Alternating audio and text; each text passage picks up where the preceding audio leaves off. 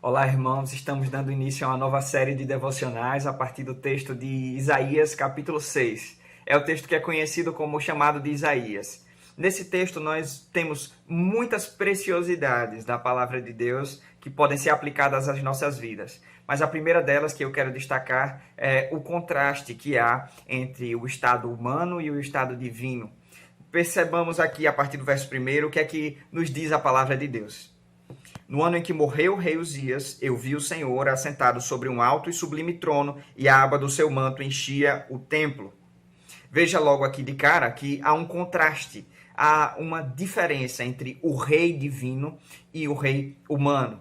Enquanto o rei humano é limitado, enquanto o rei humano é degradável, ou seja, ele estava ali num estado de morte, estava aqui sendo apresentado como alguém que passava, como alguém que estava ali experimentando o mais profundo dos estágios de degradação humanos, que é o estágio de morte.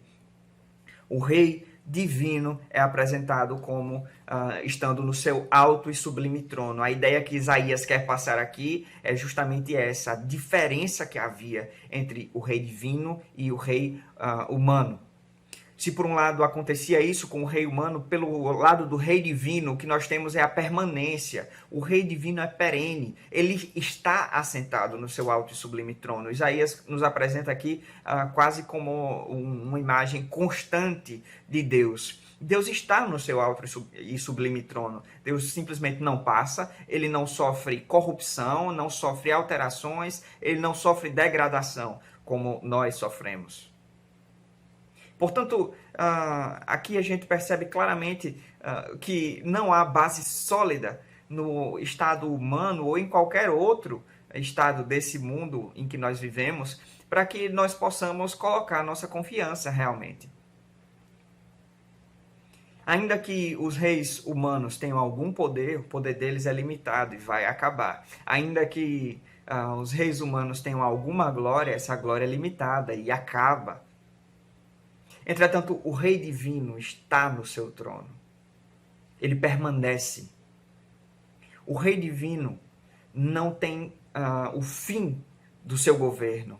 O rei divino não tem fim para o seu poder. O rei divino não tem fim para a sua glória. É necessário perceber esse distanciamento que há entre nós e Deus. Deus é chamado de transcendente no campo teológico, justamente porque ele está para além da nossa realidade.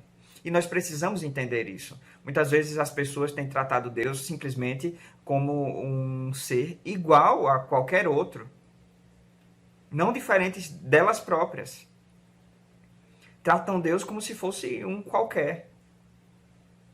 É verdade que nós devemos desenvolver uma relação de amizade com Deus, é verdade que nós podemos desenvolver um relacionamento real com Deus, mas há que ser preservada a imagem do Deus que é rei, a imagem do Deus que está para além das nossas condições. Deus não enfrenta as mesmas limitações que nós, e ainda bem que é assim. Deus não está sujeito às degradações que nós estamos sujeitos. Deus não está sujeito às limitações que nós estamos sujeitos. Ele reina do seu alto e sublime trono. E é justamente por isso que ele é capaz de transformar a nossa situação, como acontece aqui no caso de Isaías. Deus faz o que o rei humano não tinha condição de fazer na vida de Isaías e fará também na vida do povo de Israel.